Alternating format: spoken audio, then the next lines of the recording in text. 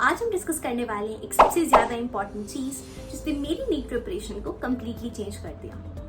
लेकिन उससे पहले it's time to give you all my introduction. My name is Khushi Vishwas and I am from Delhi और इस साल के नीट यूजी एग्जामिनेशन में I scored 656 out of 720 and it was my second drop and third attempt. वैसे तो मेरी NEET journey में बहुत सारे चैलेंजेस रहे और मैंने काफी कुछ नया सीखा, बट द वन थिंग जिसने सिंगल हैंडेडली मेरी प्रिपरेशन को बूस्ट किया वो था साइमल्टेनियस रिविजन। हमें हमेशा लगने लगता है कि एक बार हमारा सिलेबस कंप्लीट हो जाए उसके बाद हम रिविजन करेंगे और टेस्ट देंगे, and that's a basic strategy जो हम सबके दिमाग में होती है। बट मेजॉरिटी ऑफ स्टूडेंट्स की लाइफ में ये दिन कभी आ ही नहीं पाता कि उनका पूरा सिलेबस कंप्लीट हो, एंड मोर ओवर जो पुराना पढ़ा है वो भी दिमाग से फेंट होने लगता है। And at the end of the year we are in a confusion कि हम आगे का सिलेबस कंप्लीट करें या पुराने चैप्टर्स को रिवाइज करें, और इसी प्रेशर में हम हार मानकर अपनी प्रिपरेशन ही छोड़ देते हैं and we start thinking of another drop.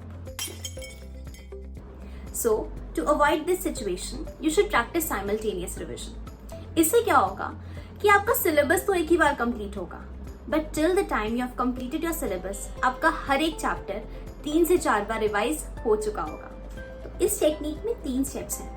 Number 1, जब आपका चैप्टर चल रहा है, for example you have started a new chapter and it's your first lecture, तो आप लेक्चर देखो और नोट्स बनाओ। जब आपका लेक्चर हो जाए उसके बाद revise the same lecture from the notes. जितने फॉर्मूलाज हैं उसे अच्छे से याद करके सारे क्वेश्चन को खुद से सॉल्व करें। जो क्वेश्चन आपसे पहली बार में बन गए वो आपसे सेकेंड टाइम भी बन जाएंगे, so don't care much about that. But जिन क्वेश्चन में आप अटके या आपको प्रॉब्लम आई उन्हें आप स्टार मार्क कर दीजिए ताकि आप उन्हें बाद में बार बार प्रैक्टिस करके अपने वीक एरियाज को स्ट्रॉन्ग बना सकें। एंड मोर इम्पॉर्टेंटली उन क्वेश्चंस को आप डीपली एनालाइज करो कि आपको उसमें मिस्टेक क्या थी, या तो आप किसी थ्योरी के कॉन्सेप्ट को यहाँ पे नहीं लगा पाए या फिर आपको क्वेश्चन ही समझ में नहीं आया। So see the solution and rectify your problem, and this is how you will revise the full lecture actively. Then comes the second day. Second day में आप second lecture लोगे, but after taking that you have to revise the first lecture and the second lecture. अब आप first lecture को slightly revise कर सकते हैं जिसमें आप important topics और star mark question को ही practice करो, but your main focus should be on the second lecture जिसको आपको properly revise करना है. Then on the third day repeat the same process. Revise all the 3 lectures. इससे क्या होगा कि जैसे जैसे आप लेक्चर वाइज चैप्टर में आगे बढ़ेंगे आपका स्टार्टिंग का पोर्शन बहुत ज्यादा स्ट्रॉन्ग हो जाएगा, and starting creates the base of the full chapter, जिसकी वजह से आपका उस चैप्टर में अंडरस्टैंडिंग बहुत अच्छा होगा। नाउ नंबर 2, जब आपने सारे लेक्चर्स ले लिए और आपका पूरा चैप्टर कंप्लीट हो गया उसके बाद एक दिन लगाकर revise the whole chapter in one go.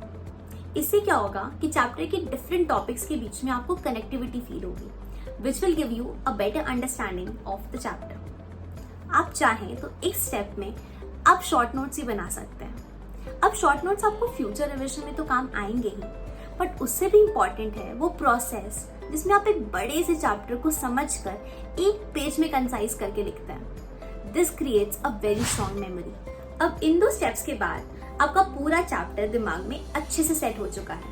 Now your main focus should be कि आपके वो दिमाग से निकले ना, and for that comes the number 3, that is repeated revision.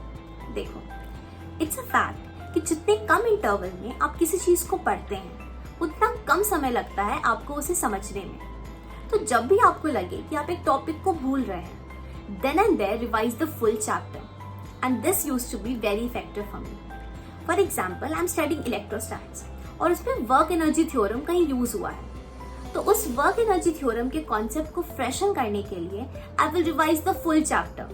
तो इससे क्या हुआ, मेरा इलेक्ट्रोस्टैट्स और वर्क पावर एनर्जी दोनों चैप्टर एक साथ रिवाइज हो गया, and this is what you all should do. इतनी बार भी आप एक चैप्टर को रिवाइज कर रहे हैं ना, तो एक चीज को अपने माइंडसेट में रखिए कि आपको जो टाइम लग रहा है रिविजन में उसको कम करते हुए जाना है, ताकि eight the end of the year before the exam you can revise the full chapter in 15 to 20 minutes. तो जैसे जैसे आपका रिविजन नंबर ऑफ रिविजन्स बढ़ रहा है आपको ड्यूरेशन ऑफ रिविजन कम करना है। So this is all for today. अब आपको आपकी प्रिपरेशन में जिन भी चीज़ों में डिफिकल्टी आ रही है उनके बारे में हम डिटेल्ड वीडियोस में डिस्कशन करेंगे.